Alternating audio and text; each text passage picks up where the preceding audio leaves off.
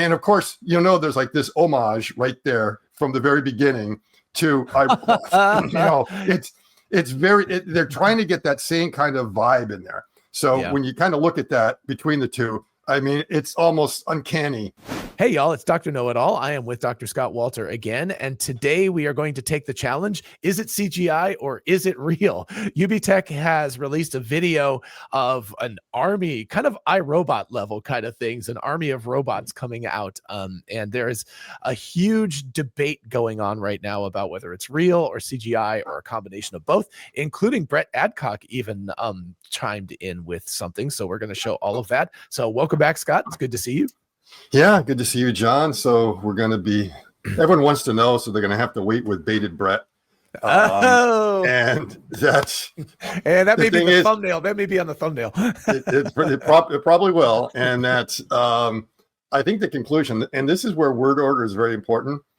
I think it's fake CGI, not CGI fake. Okay. It's like if you're confused with the work order, you're going to kind of find out. And the question is whether it was like intentional or accidental, what's going on. But anyways, you want to set it up and look at it, because the only reason we're wading into these waters is that when I first looked at it, it was like, oh, it's okay. I didn't think anything special. I knew that they were getting ready for a mass deployment, because a couple of months ago, they announced that they had a big order that was due by the end of the year. And so I saw it again. And then things just kind of, my DM started blowing up, and everyone wanted my opinion and take on it. It's like, okay, maybe I should look at it a little more closely. And then you start to look at it and you go, this is like a really hard one to tell. But I'm not going to jump to conclusions, because I mean, you come to the wrong conclusion, and it just, so it's like, the best thing is almost silence, but we were kind of forced out of our silence. Exactly. Yeah, we have to do like the NTSB, and we have to just examine the evidence. Because of your background in animation and computer graphics, so I have a certain amount that I can look at it with a critical eye and say, it looks like CGI, but you're much better calibrated than me. So it's like, okay, I definitely need a second doctor's opinion here. Yeah. I know, it's absolutely crazy. So we're going to look at that first. A real quick thing with the danger of having this age very, very poorly by tomorrow when this video comes out. Go Dogs. So I met a lot of great Texas Longhorns fans. It was great to have them in Athens last night. We were hanging out with a bunch of people. So anyway, super cool. All right, so let's go ahead without any more antagonizing the audience here. Let's go ahead and talk about this. So yeah, what do you have to say? Well, again, so what they probably decided to do is put together a video out commemorating their first sort of mass deployment or mass delivery of bots. We don't quite know the number. A few months ago, they announced it. It was like maybe like $4.8 million or something like that. I have to double check that. Right. But we're not sure what the number of bots are. And when we look at this thing, I estimate there's about 250 bots out there that are actually in the video that are being shown. Yeah.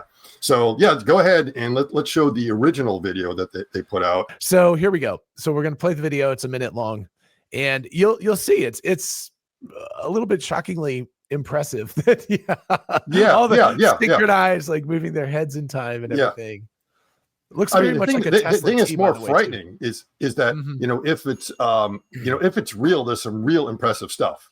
Yeah. And exactly. As far as how everything is aligned and synchronized, it's super, super impressive. Now, as far as everyone out there saying, oh, you guys have to, you're having a difficulty coping with what? I mean, yes, they mass produce these things. We know they're doing. We've been talking about for the longest time that that in China, what they're doing with the bots is very, very impressive.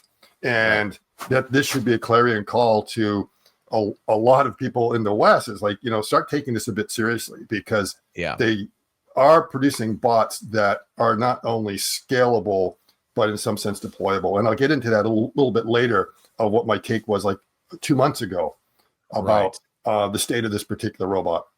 We all know AI is reshaping the job market at a pace no one expected. Half the global workforce is worried about losing their jobs to automation, and honestly, that fear isn't crazy. Customer service, marketing, software, finance, no industry is untouched. But the real issue is that most people still think they're safe, right up until the change hits them like a truck. So instead of waiting for disruption to land on your doorstep, I want you to make a smart choice this Black Friday. While everyone else is spending money on things that lose value instantly, the smart smart ones are investing in understanding the technology that's shaping the future, which is exactly why I've teamed up again with Outskill, today's sponsor. They're hosting a 2-day live AI mastermind training already attended by 10 million plus people globally.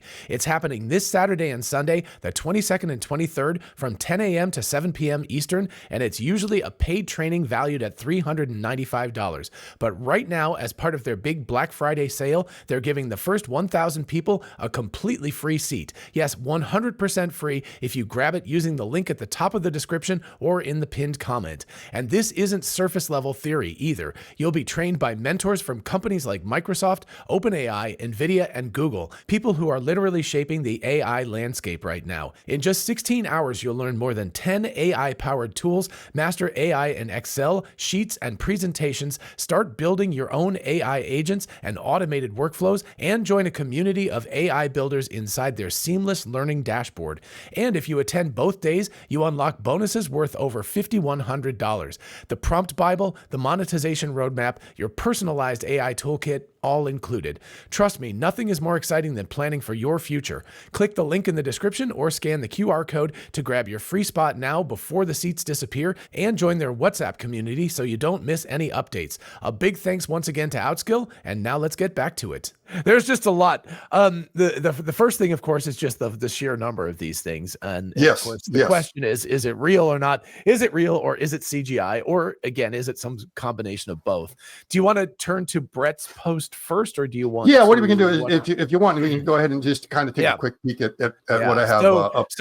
You can look at the reflections, compare them to the ones behind it. The bot is real, everything behind it is fake, so it's a giveaway, it's CGI. So anyway, this is a reasonable take here. So you can see the front bot here is very much has just a few reflections of these ceiling lights, and then the back ones have a significant number more than the front one does. Of course, they're blurred because we've got depth of field, but you can easily do that in CGI, so that's not a big deal at all. I think he has a point after looking at it closely, because it is extremely different than this front one. There's also like 1, 2, 3, 4, 5, 6, and 1, 2, 3, 4 on this side. There should be 8. I think if you go there, I'm pretty sure I saw that there could be potentially 8, because there are 8 rows of overhead lights. So the first thing I want to do is see if there's, and if you do like that quick count, you might come up with 6. But I think if you look at really closely, and also you just got to kind of remember where it is positionally with respect to other places in the building. Yeah, exactly. Now, while these are real, I believe everything in there is real. Okay, including the ones in the background. I'm pretty sure, and we'll get into it. Now, it doesn't mean there wasn't a certain amount of post-production. That a lot of times when you're taking these pictures, depending on how you're doing the illumination, the cameraman's going to get in the image. There's everyone's kind of like, where's the person who took the picture, and were they able to do it, and was they able to get out of frame and something like that. So it's possible there was like some touch up or a few other things in post-production to get rid of a couple of artifacts here and there that they didn't want. So that's not CGI. That's not faking anything. That's just kind of making sure it looks really cool. Right. And we will actually see that from this, we have absolutely no impression that there were anyone in the room. Yeah. And we're going to see another video which confirms that there were people in the room. Right. Now, if you look, like, stop right there for a second. Now, some of those, so this is where I think people get confused. This looks extremely realistic. The quality and everything here is very, very good. Yeah. If you look at really closely, it is in the same building. But if you go back a couple frames before, it just looks. Let's make it look right. Yeah. Let's make a note here, of course, that this is not hands at this point. This is yes. Okay, so this is the which first is thing quite different than, obviously they all have hands in these shots. Yes. So suddenly they have hands, and suddenly the end of arm tooling or the hands change to something. I just noticed something really weird here. Do you see the thumb looks like it's on the wrong side on these two bots? Do you see? It looks like it's on the back side of the hand instead of the front, and here it looks like it's on the front. So is that an optical illusion, or is that? No, I think that I'm trying to think. Is it just turned a particular way? Because that's its elbow, so it looks like it's could be an illusion. I think it's an illusion. It might just be an illusion. Actually, it's in the front. Let's if you stop right there for a second, look at that frame. Okay, that frame looks like I just took a picture of a chessboard of mini robots. Okay, so when you look at that, because of the way they shot this, and this is actually real. Okay. However, the lighting and everything is done on that you could be excused if you think, wait a minute, that must be CGI. That particular frame is one of those that kind of gives you that feeling.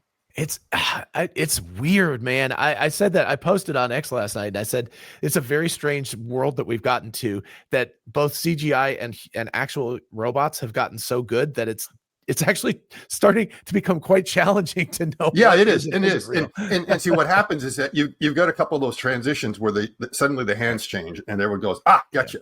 Yeah. And then now if we go on back to, kind of continue on there with the hand change that's going on there. And there's also something else. See, here you're seeing absolutely wait a second. I got to go look at that hand again. It's a really fast shot, but man, I swear it looks like his thumb is inverted. It's very strange, but it just goes by so fast. I think it must be an illusion. Yeah, anyway, Now we weren't seeing really any shadows on the floor there. So you see like the shadows are mostly gone. And then we're going to get to where the battery swap is going on. And if you look at that, then suddenly there's very strong shadows. Right. So this is by the way, the shot that Brett was pulling out here. So you can see 1, 2, 3, 4, 5. I think there were. I think you're right. When I looked up at the ceiling, I think there were that many lights. It's just what's odd is that the front one is not, but that could also just be the angle you're at. It's the angle. Part of it's the angle. I think I've looked at it close enough that it is sort of consistent. I was wondering everything that's there is shot in such a way it's hard to tell.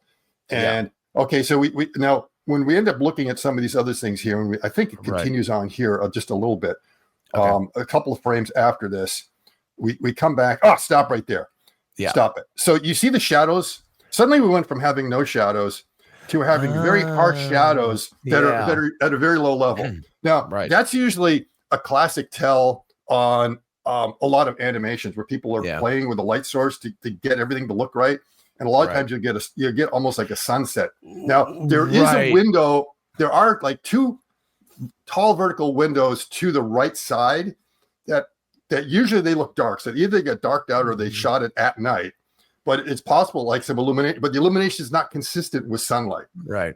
However, this is also clearly you can't swap the hands with these grippers out very quickly. So this was a different time entirely. It's a completely different time. Yeah. But also I think they may have brought a lot of their lighting over there, which was at a low level that ended up casting these shadows. So the thing is, when you watch the overall consistency of how the story's being told, like you see, there are these time jumps and everything else that will throw you off, and that you have those, the image that says, wait a minute, they look like plastic chess pieces, for an instant. You got this thing in here. So what that's doing is it's making you doubt the veracity of the whole thing because you're not sure if those individual frames are real or not. I believe this frame is real. It's just that everything changed enough that makes you question whether it's CGI or not.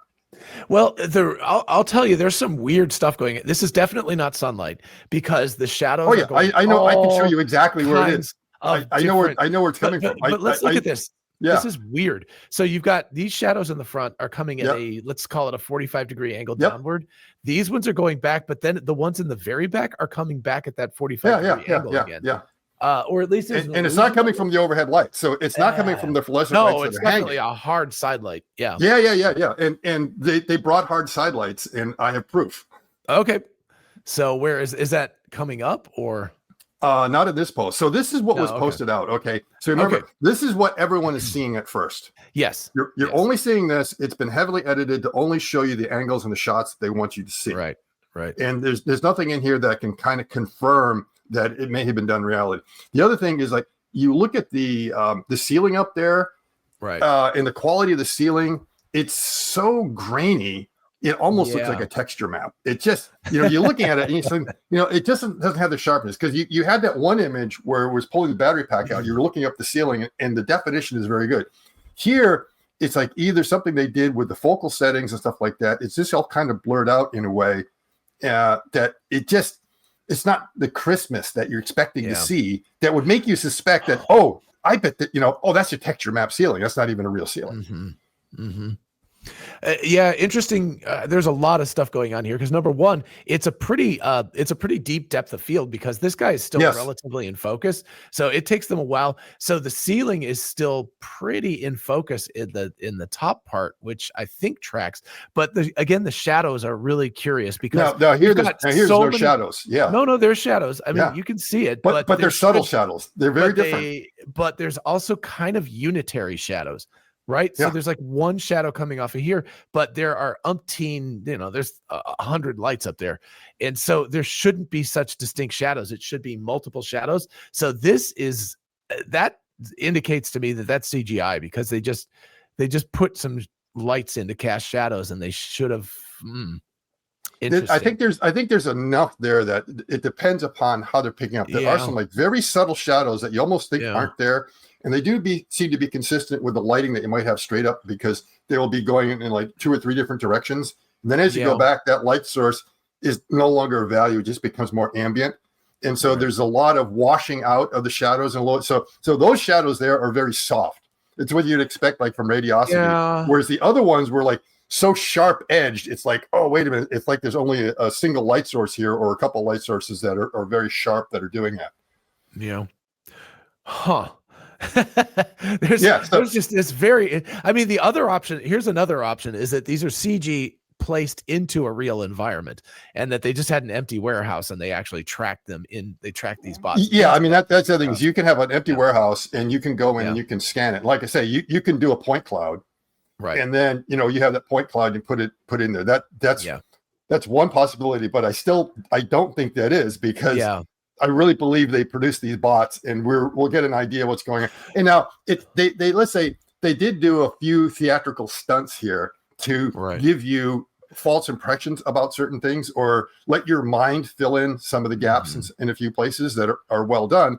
But you can see it does bring into question a little bit. So we'll kind of get into that. So first of all, they definitely use a shaky camera as an effect because the camera kind of looks like it's shaking sometimes. But I'm just going to draw attention to this again, unless there's let's see, I don't know. I guess this side of the frame, I don't know. It's flipped backwards. But on this side of the frame over here, if there's a very strong directional light that is overwhelming these top lights, then yes, I can buy these shadows. And it looks like it's not always there. It's not. It was just there for that other shot. It's there. No, it's here. I mean, you can see these shadows. They have shadows. They're just very washed out. But I'm not seeing the multitude of shadows that you would normally get. But there are also so many lights up there that it would probably be unshadowed. It would just be a blob of dark underneath. Yeah, I mean, it's almost like when I've walked around like in Costco and other places, depending on where the lighting is. I notice that if I get myself kind of like under a light correctly, I will see the multiple cast shadows. Yeah. And as I walk somewhere else, it almost disappears because you have to be set up just right for that. Yeah. So this here is like another interesting shot in that we do see a kind of a strong horizontal shadow there, which indicates there must be a light source placed off to the side there. So again, this is like a side view, but it's used. Oh, and it's using the changed hands. So that's just another shot that was set up. Yeah, but it's more interesting because look at the background. The blurred out ones in the row behind have. Okay. This is what it comes down to is that while they have like a phalanx of bots out there, it turns out only 25 of them ever move.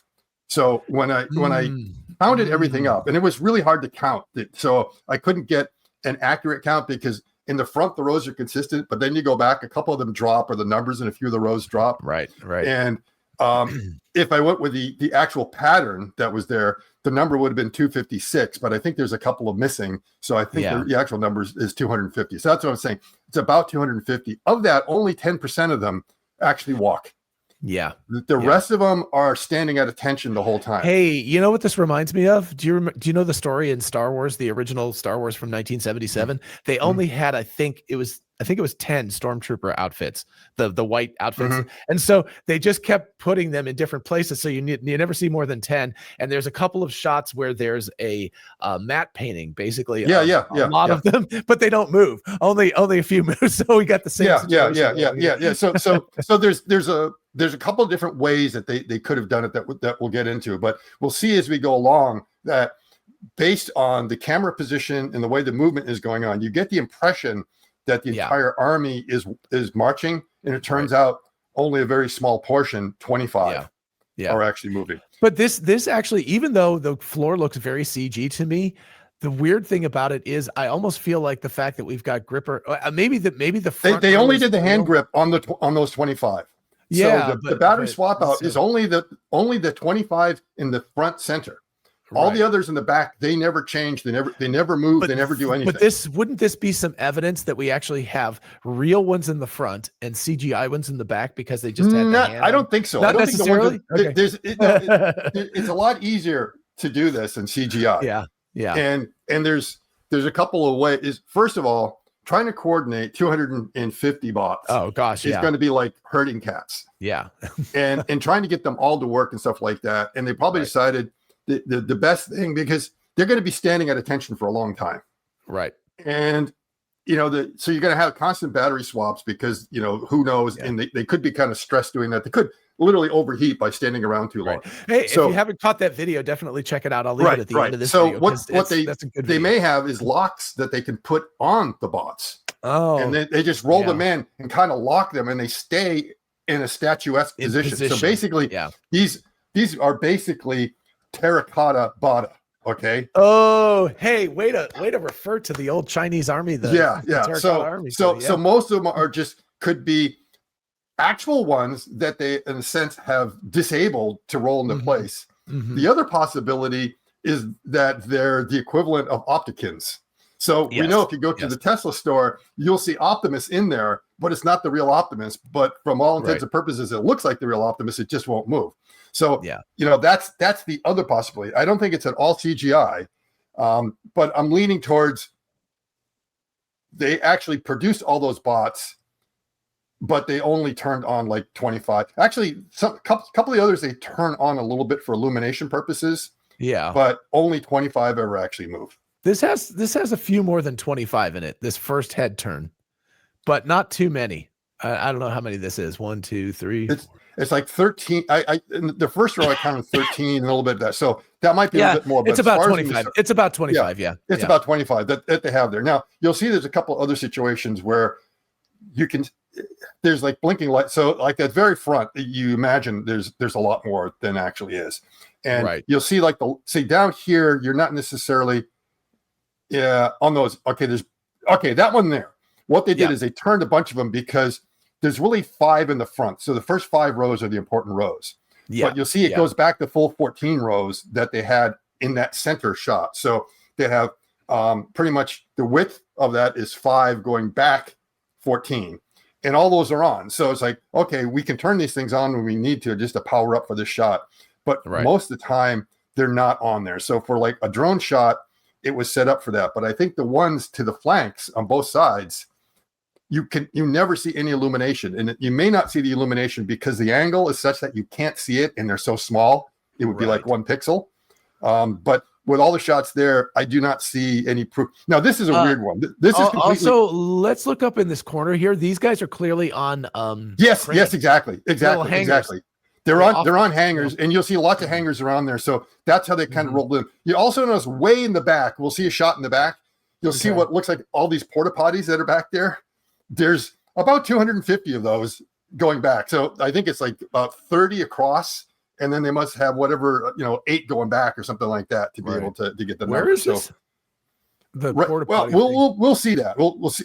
Stop. Oh, okay. Before they go in the container, if you look way in the background, the very back, right there, you see straight back there. Oh, yes. I thought those are the actual shipping containers. Okay. Those are the real shipping containers. They go in those things, and those things go in the trucks. Okay. Yeah, that makes sense. They don't march in the truck and they get driven off that way. No, they're actually put in there. So that's all theatrics is going on there. Yeah. That's how they arrived. That's how they left. Okay. They came in a casket and they're leaving in a casket. Yeah, you do. I do notice that 1, 2, you get 3 rows of these bots walking and the ones in the back are not moving. Yeah. And the ones in the back are not moving. Yeah, that is clever. They do a lot of motion. Like and your eye is adding motion to things that aren't actually moving. Yeah. And again, we've only got 1 bot that's actually moving here. Now, they all are powered on, assuming that they're real because they have their little blue lights on. So they're powered on, but they're just not moving. Yes, exactly. So So they could be up for that shot. So that way you're not having to keep 200. Because imagine when you have that big haul and you got 250 bots and you're trying to keep them all. And you want to keep them precisely in that location because they've been set up that every time you look at a line along there, it's just perfect. You know, you can take a straight edge and put it on there and go, oh my God, the perspective is just absolutely perfect. They're all where they're supposed to be on their grid. That's already impressive that you can get that. If they had walked out to that position, that would be super impressive. But I'm sure they probably went out there and did like a lot of surveying to get them in the right locations to make sure everything is exactly where they want. And again, they've got a couple of scenes that the frames of where they are not consistent with the normal setup. So they had a couple that will jump around. That'll give you slightly different impressions. So I'm trying to look like at a shot where we have a really good close up on their heads, because that's a good spot to see. Like, is that a cameraman there?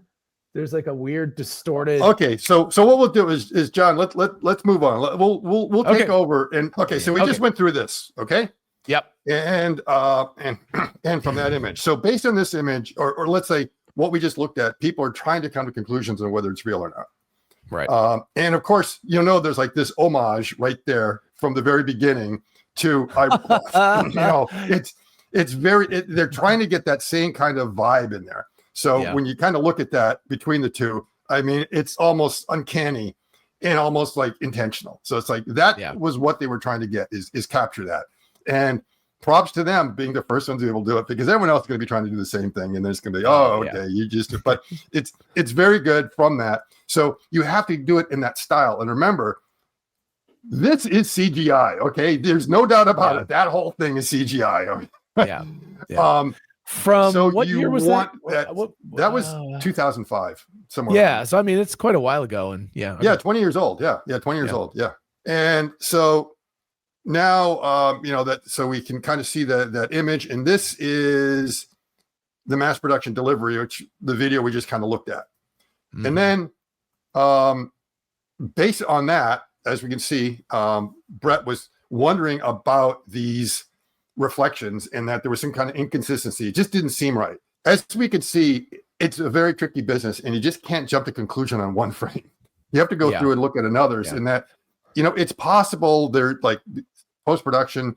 I was looking at it and thinking, they may have storyboarded this at one point. I wouldn't be surprised if they went out and kind of scanned the building, brought it in there, did a couple of storyboards to say everything was all right.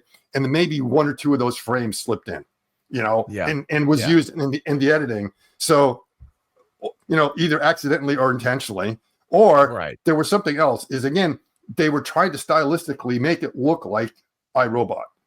Yeah. And so here's the close-up of going on there. I'm pretty sure I kind of like 1, 2, 3, 4, 5, 6, 7. I get 8.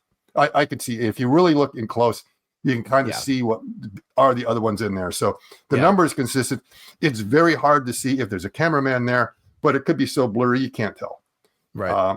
It is odd though that the background ones are so much brighter than the foreground ones. Yeah. Now here's where everything is that this is part of the reason why I think. Okay, I'm going to ask you this very simple question. 2 weeks ago, it's a trap. It's a trap. Exactly. So about 2 weeks ago, which company was being talked about and made it all the way to the Daily Show? Oh, I actually don't know who made it to that was OneX. Remember, OneX basically won. The media attention for that week. Right. They get the mind share, everything like that. Yeah. Okay. Last week, which company also won the mind share? Well, I think Tesla probably did with the hand and everything. Oh, you don't think it was as much? Okay. Then who won? It was Xpeng. Oh, that's sorry. Of course, that with was with Iron Maiden. With Iron Maiden. All right. And Iron Man. Let's not forget. Now, remember, with Iron Maiden, there was a rumor that it was a woman in a suit. It wasn't the actual bot. So he actually had to cut who started the rumor? Oh, probably they did. I mean, yes, the CEO in his keynote speech said, "Oh, people think it's a woman in a suit." Right. Okay, so that was like they knew what was going on. They knew it was a 2-day event. They let social media do its thing, and then the next day they come out and they cut it open. And the thing is, they got the engagement. They get everyone talking about them. All right. Yeah. So you want to do the same thing here, right? Yeah. is you want the people who are going to have, let's say, difficulty accepting this to want to jump on there and accuse them of CGI. And look, within 48 hours, they already have basically the rebuttal video already set up. And the rebuttal video is already the making of the video. Right. And then from that, you see it's like, oh, it clearly was real. Yeah. So they leaned into it. So they are not a victim here. Okay. This is well played, because they shot it in such a way that it's ambiguous on whether it is actually real or not. And we'll see kind of how it is. So pretty much I said it's a clever psyop. There's your shot. There's your shot. Yes, complete with camera crew. So you didn't see that in the first video, did you? No, not at all. Yeah. This comes out in that one where they show this is the one-shot drone. And this is actually, this was the slow motion. So the drone actually zipped through a lot faster. So that's what I was saying. So I think that a lot of the shots look a little bit jittery because I think they've messed with. It's moving so fast. It's moving is either too fast or too slow, and so it's not real time, and so it looks a little jittery, which I think created a little bit of an extra feel of CGI, like it wasn't quite real. Yes. So what you're seeing is that you're getting kind of these long shadows coming back here from these very powerful banks of lights that they have, that are at there's multiples, which explains why you get these weird crossing shadows. And they moved those over to the side for that other shot. So later on, they moved it to the other side. You can see this camera crew here. The drone operator, you could actually see momentarily when it turned around. He's on that other column. You can see the camera boom over here and the crew that's with it. So they're all there, but they were not in the final edited shot. They did not. So when it turned around, they made sure you didn't quite see that in a way. So that is there to kind of, like I say, the setup was the illumination, the focal lengths, the lens that they probably did that was kind of a soft lens. They went in there to kind of blur out some of the detail to make it a bit confusing. Now, when they're coming back, you can see the lights in the back. So this whole row is powered on, so you can see the blinking lights, and they blink out of phase. So it's like if they were blinking in phase, then you would think, wow, that probably is CGI. But there's kind of random. But what you can't see them is the terracottas on both flanks. Yes, you only see the 5 down the middle, and over there you can't see it either because they're so distant or they're angled in such a way you can't pick it up. But there's never any proof that they are powered on that side. Only down here. Yeah, or at the very least controlled. So right. That's a cool shot. Wow. Now this is a shot that they took in there, and what the thing I want you to notice here is this is the true color. Compare the true color to the final color. Yeah. So you can see there's a lot you can do that can make a very real environment almost look artificial. Yeah. Look CGI generated, everything like that, and that's all done with lighting. Your choice of colors that's going to be picked up. There's also to these different settings that they can do. So you can see they did something that in many ways made it look fake. Yeah. Which was kind of the idea. Now I think I have here, I should have, they said it wasn't real. I'm pretty sure I downloaded that video. And where did that video go? I was 100% sure I had that video of the behind the scenes. And so there's mass production delivery. There's that video. Now, this is not the whole video. It's basically this drone shot. So you see they're going on down there.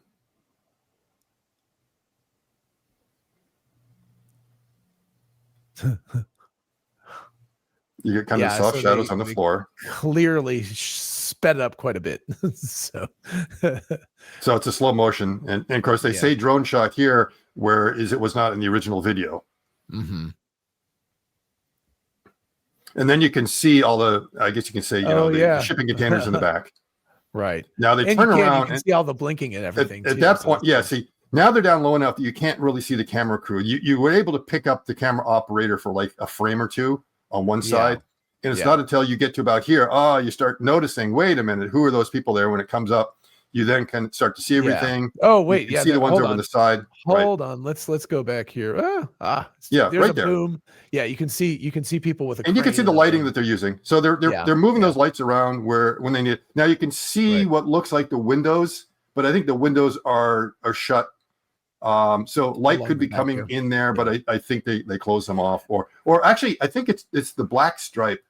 The black strip there might actually be a window. Yeah, and the others, it's nighttime. It's just nighttime. So there's well, these could also be semi-translucent so that they allow light in without sun. So So that could have been part of the illumination. But this is pretty solid evidence right here that I mean, this is why I say it's a psyop. Is that like if this was CGI, they thought it all the way down to the details of actually putting artificial cameramen in the CGI to make you think it was real. So it's like if you want to be in one camp or the other, you can kind of take it to that depth. See what they're trying to do. They're really trying to fool us. But you can also in this particular shot see gripper. So these guys all have grippers, and then these guys all have hands. Those don't.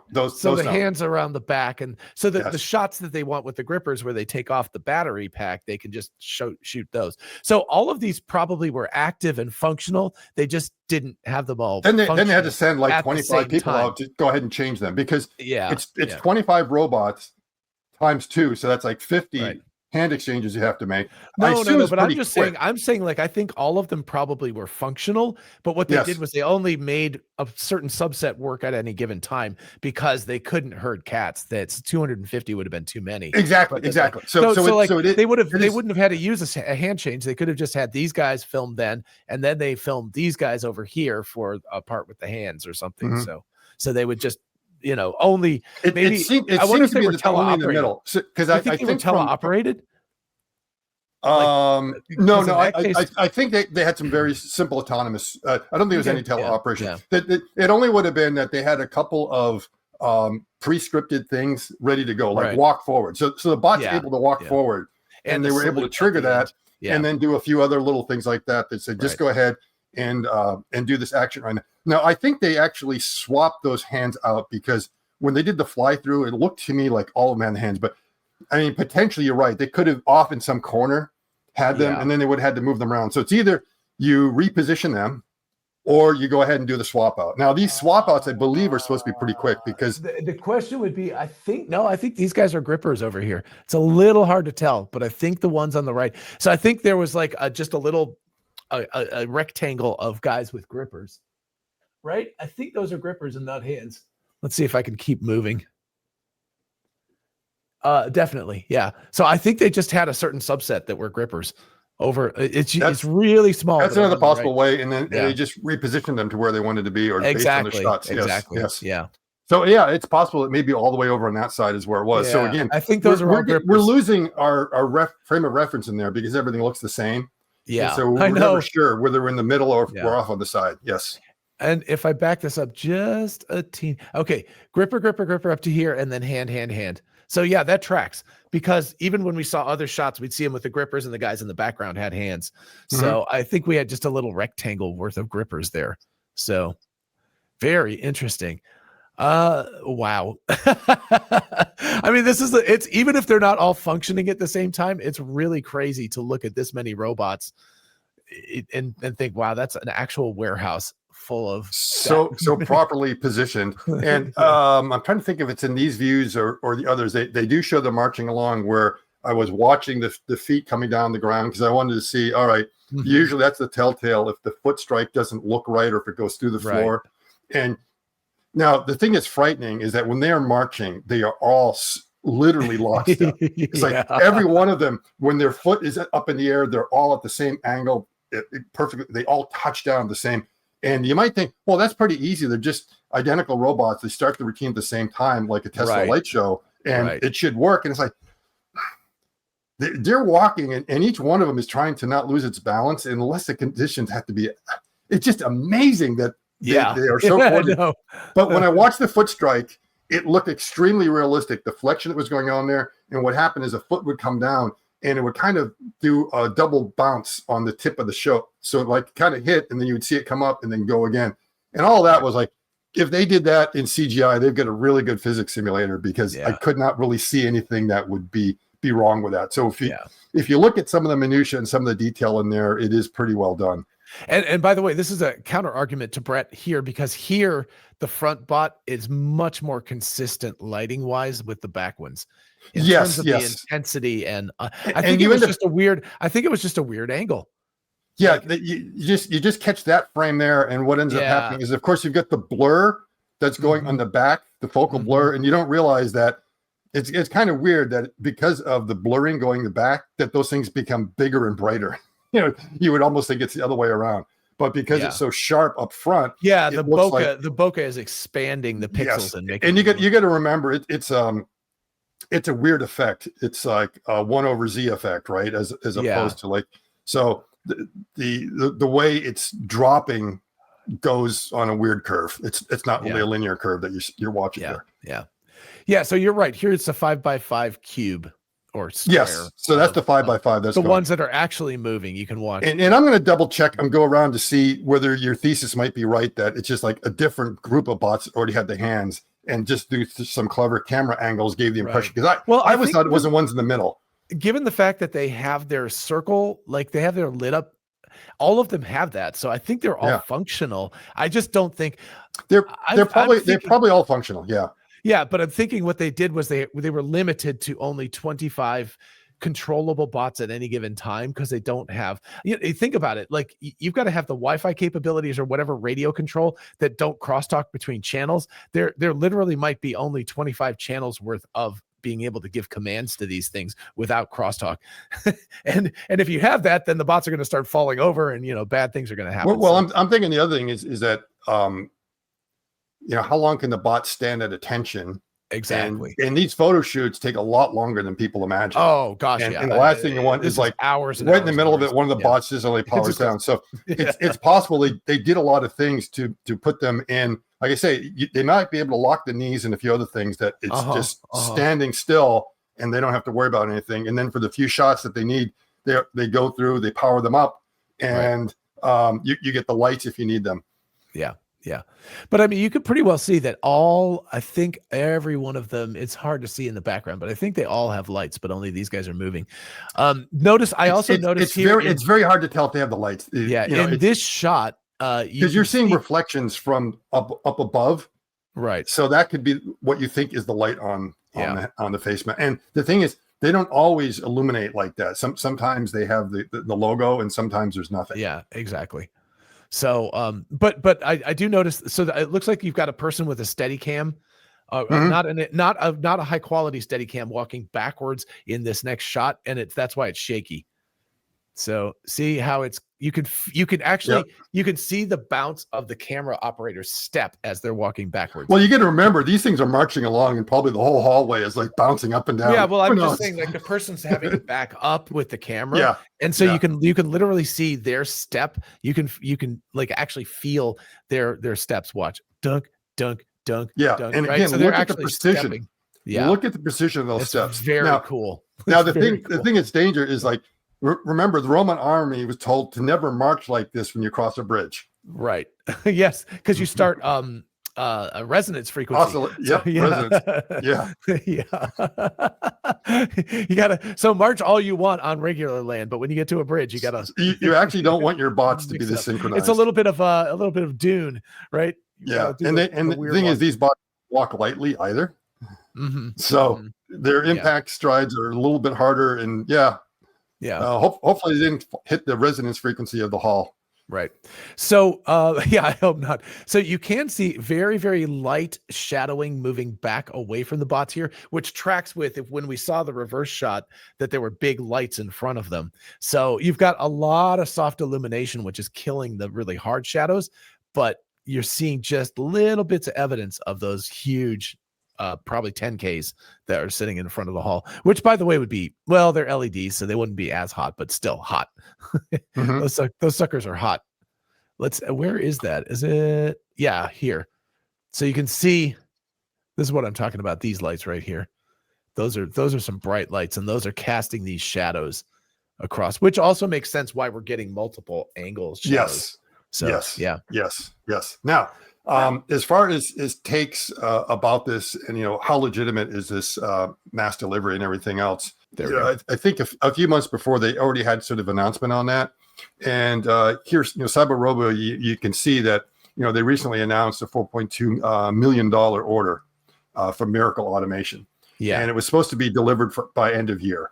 So it might be that this is the delivery that's going there. They don't actually say where this customer is, but it's more than likely it could be that.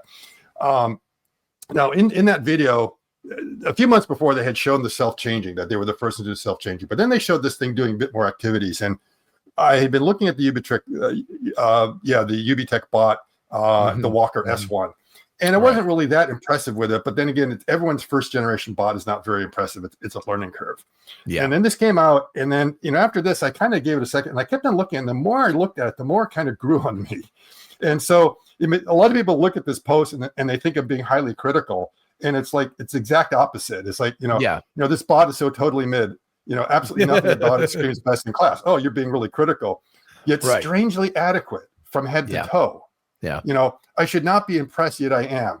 Here's why. And I have a long thread going through there. And what they did is that they found the application that they wanted.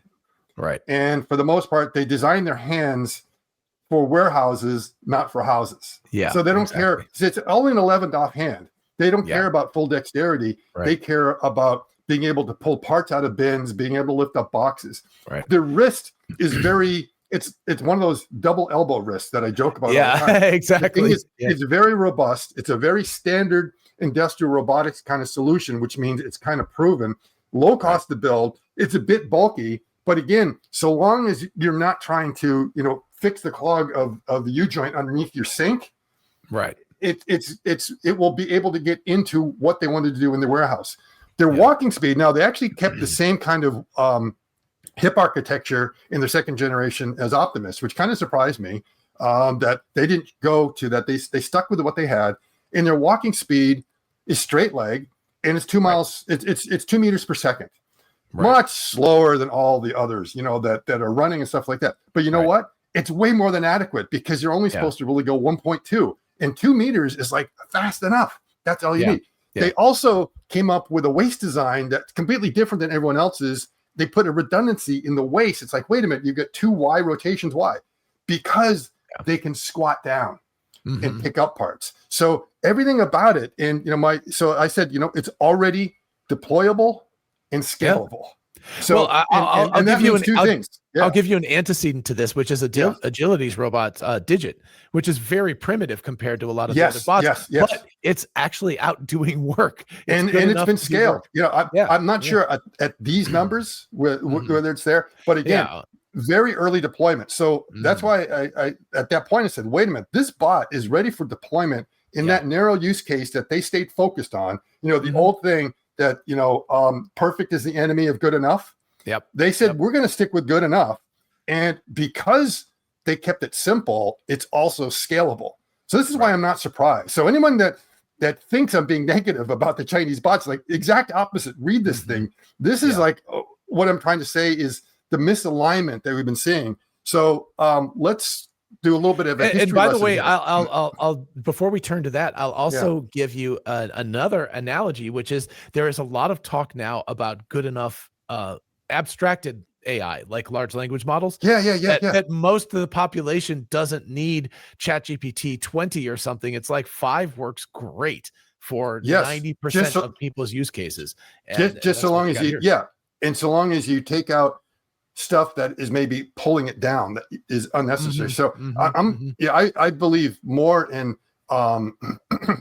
artificial general narrow intelligence. Okay. Yeah. So you become an expert in like one thing, and you don't bring in all this other stuff that is really not necessary to be able to get the job done. Right. So our history lesson here, if we go back, I think about this time last year or maybe early January, December, there were a lot of rumors coming out of China that Tesla was scaling up the supply chain for this year. Yes. And they were talking about all the suppliers having to produce enough units by the end of this year for 30,000 Optimus per year. And then if you remember in January in the earnings call, there was talk about the pilot line and how many someone was asked and they said, well, we're targeting 5,000, but Elon said like the stretch goal is to do 10,000.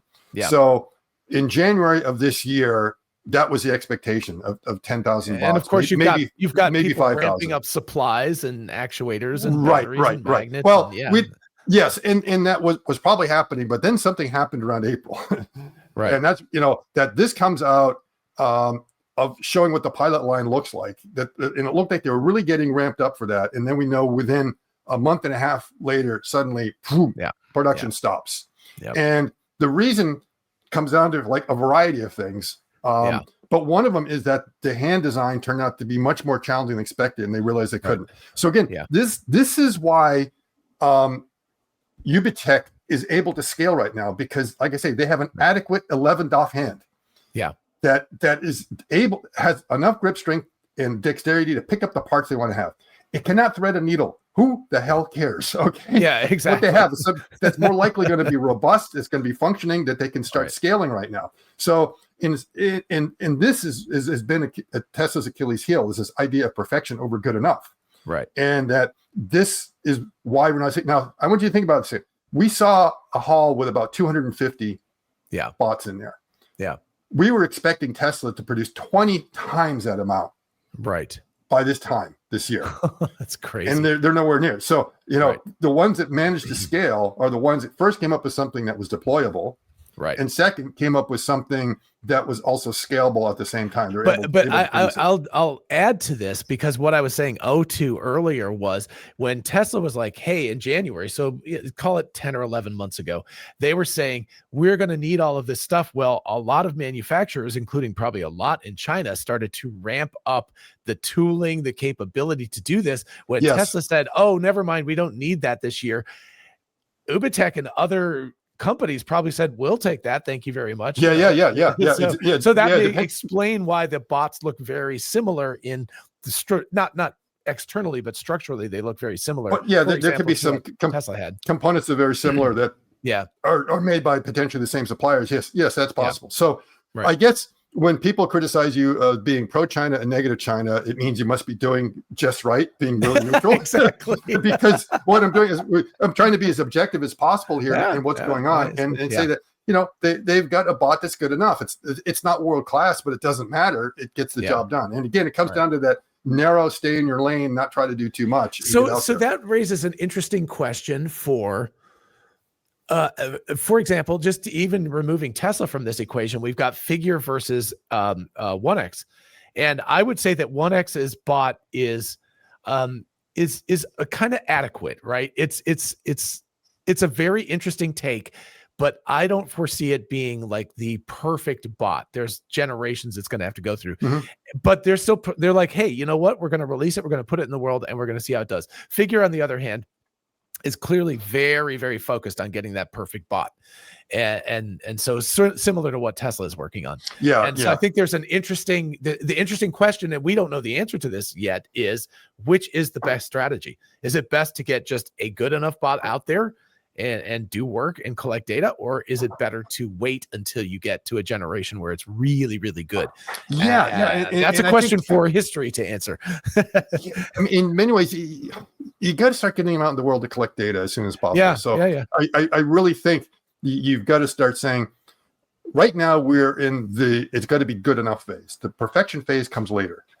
So once we know what we're doing, then we can start being obsessive about perfection. But I think that's the problem with projects is that the perfectionists have to go to the end of the line. Right. And you've got to get something out there to find out what works, what doesn't work. It's like throwing spaghetti against the wall.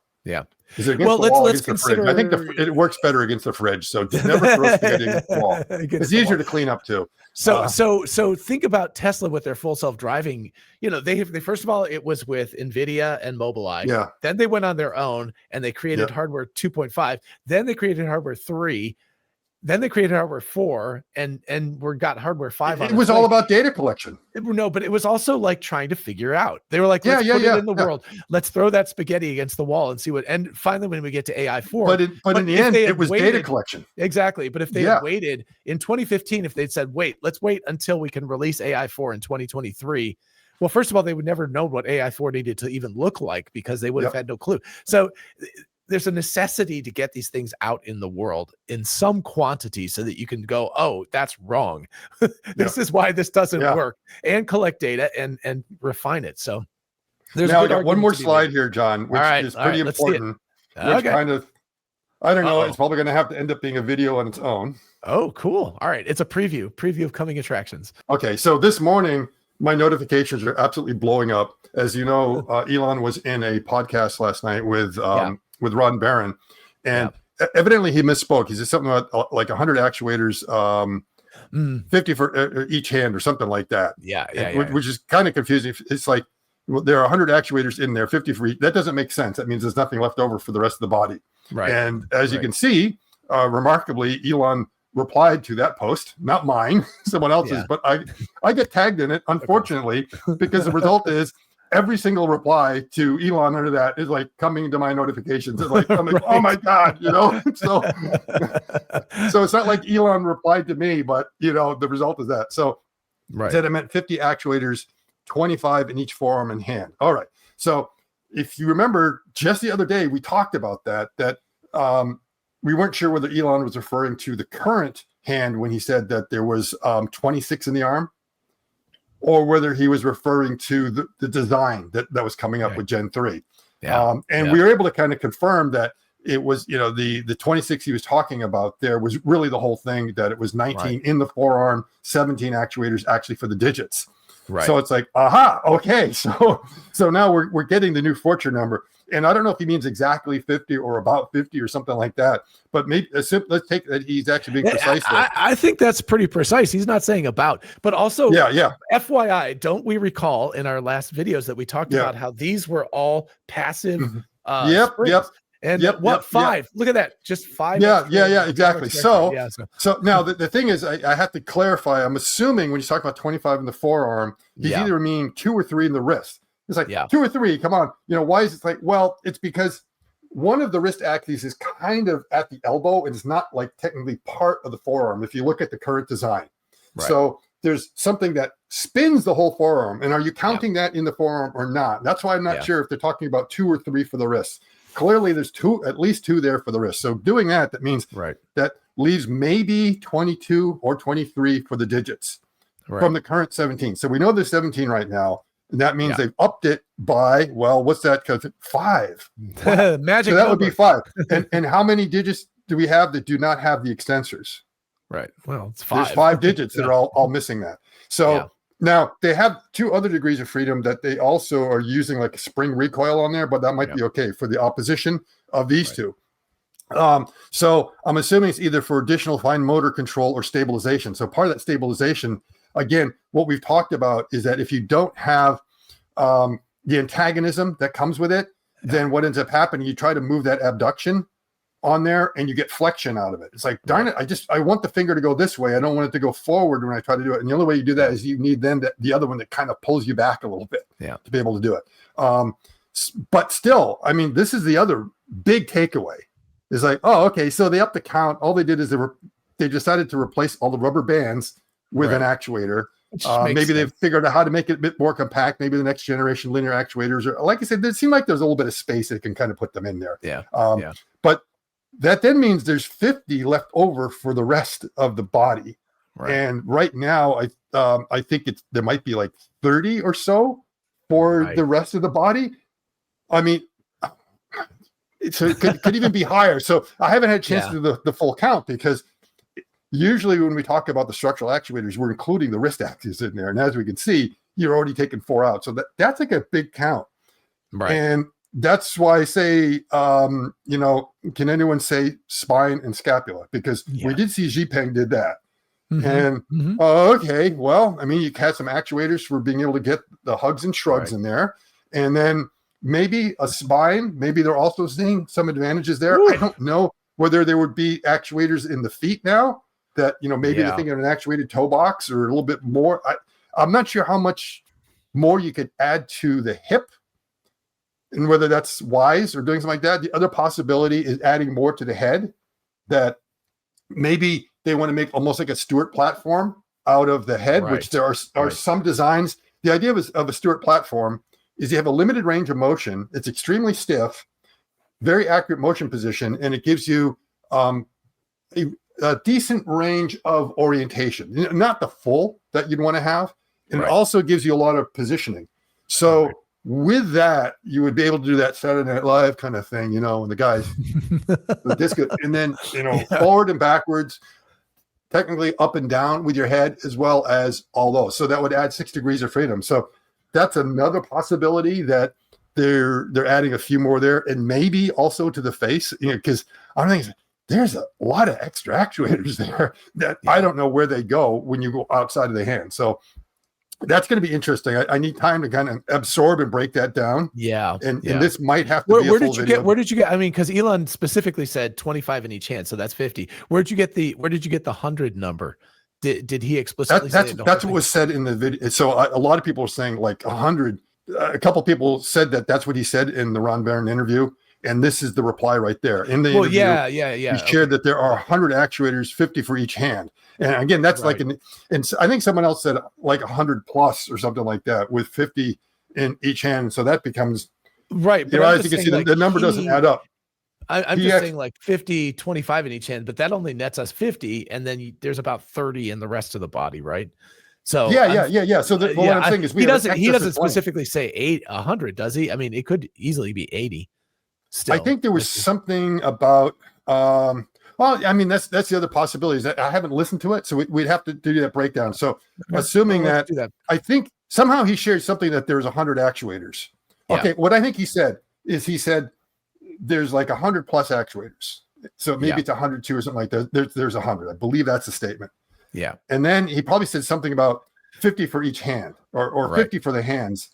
And it may have been misinterpreted by everyone to say, oh, each hand has 50. And what he was meaning, no, 50 across both forearms. Yeah. So it's 25 for each. So I think it was, he may have like slightly misspoke or was just misinterpreted. And you could see from that, he actually meant 25 because if the hands take all the actuators, there's nothing left over. So, exactly. So assuming that it really is like 100 for the whole bot, 50 we know are taken away for the forearms and hands. That's 50 from the elbow up. And that's a lot. And again, it's a lot. So it means you need to consider that they're considering a scapula, that they're considering some kind of spine waist, kind of like what G-Peng did. G-Peng put 5 in there. And then again, I can only see the other places potentially in around the neck area, but I'm not sure how I get up to 50 all the way. Yeah. No, it seems like a lot. And also it's one of those things like if you don't need it, don't put it in there because it costs money. It's another point of failure.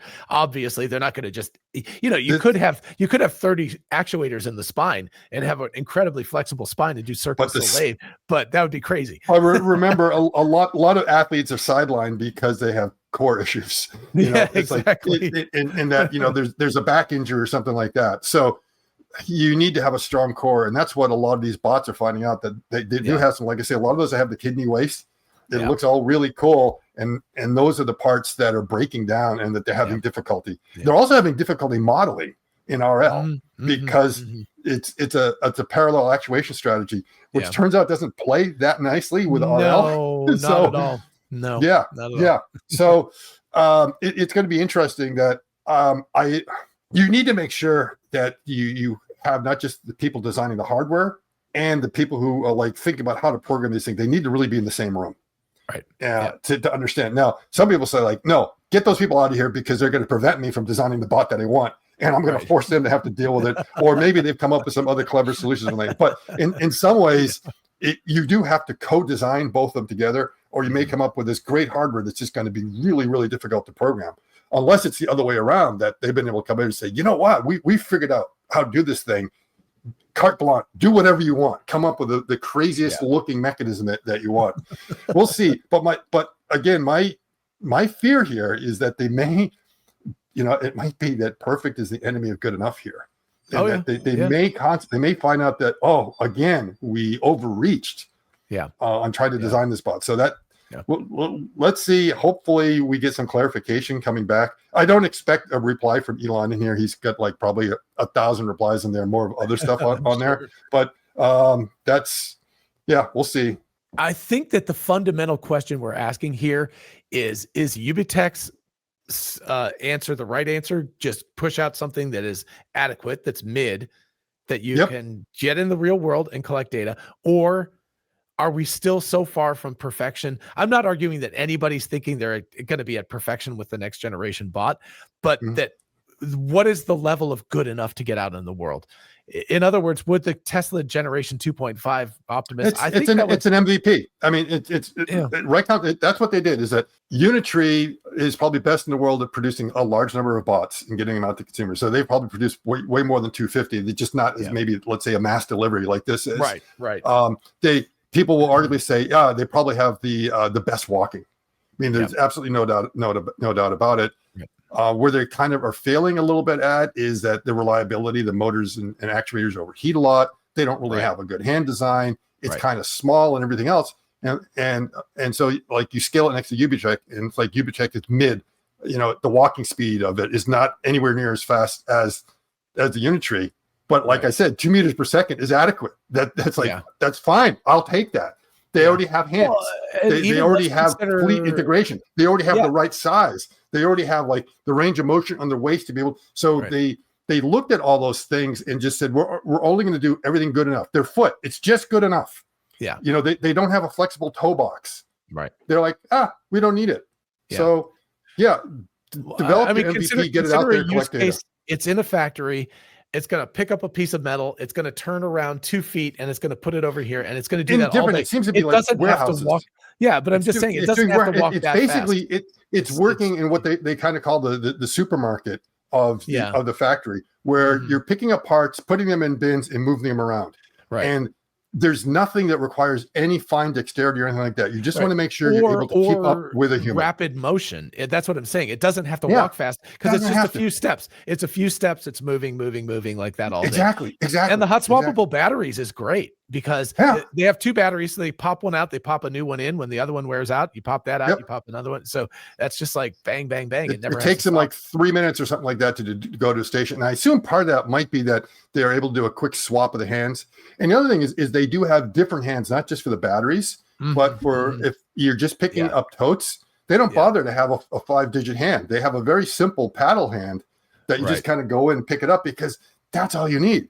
So again, it's like sometimes be as mid as possible. But the thing is, if you're average everywhere, you could actually be best overall because a lot of others are below average in a lot of categories, but they can point to one thing that they're world class. Yeah. And that does not mean overall you're world class. Yeah. You see the bots that are doing flips and kung fu and stuff, but they don't have hands. They just have clubs. And so that's what I'm saying. How useful are they? the business end of the bot are the hands. I keep on saying that. That's what's important. And the other thing is to operate in the factory. You cannot be Hobbit size. You have to be whatever is kind of like the 50th percentile demographic for the people who are working. Little hobbits running around the factory. Yeah. And if you look at the Unitree, they designed their bot that they can actually have a very high reach. That's one of the things they kind of show is that it's able to go down very low because they designed it for a squat. So you can pick up something from the floor and go up there and get it way up to the top. So again, adequate everywhere that it needs to be. Yeah. Very cool. All right. Well, we have talked for over an hour about this stuff, so I think we're good for today. But I do agree with you that I think we may need to look at this again in another video. That sounds really interesting. Hopefully we get more detail here. We'll find. I hope. Yeah. Well, we'll see. He may be tight-lipped about it at this point. You never know. We have to get him to do another interview, and then he'll tell more stuff. I have a feeling that Tesla's intellectual property team is always like, oh, damn it, Elon. But I think what tells us here is that they're probably kind of sticking to the current design and just tweaking it to get the robustness and better control. Yeah. So we will see, though. All right. Well, thank you so much again, as always, Scott. It was fantastic talking. And everybody follow Scott on X, Going Ballistic. And a big thanks again to Outskill for sponsoring today's video. Be sure to click the link in the description or scan the QR code to grab your free spot now before the seats disappear. And make sure you like and subscribe, all of that good stuff. And we will see you in the next video. Bye-bye.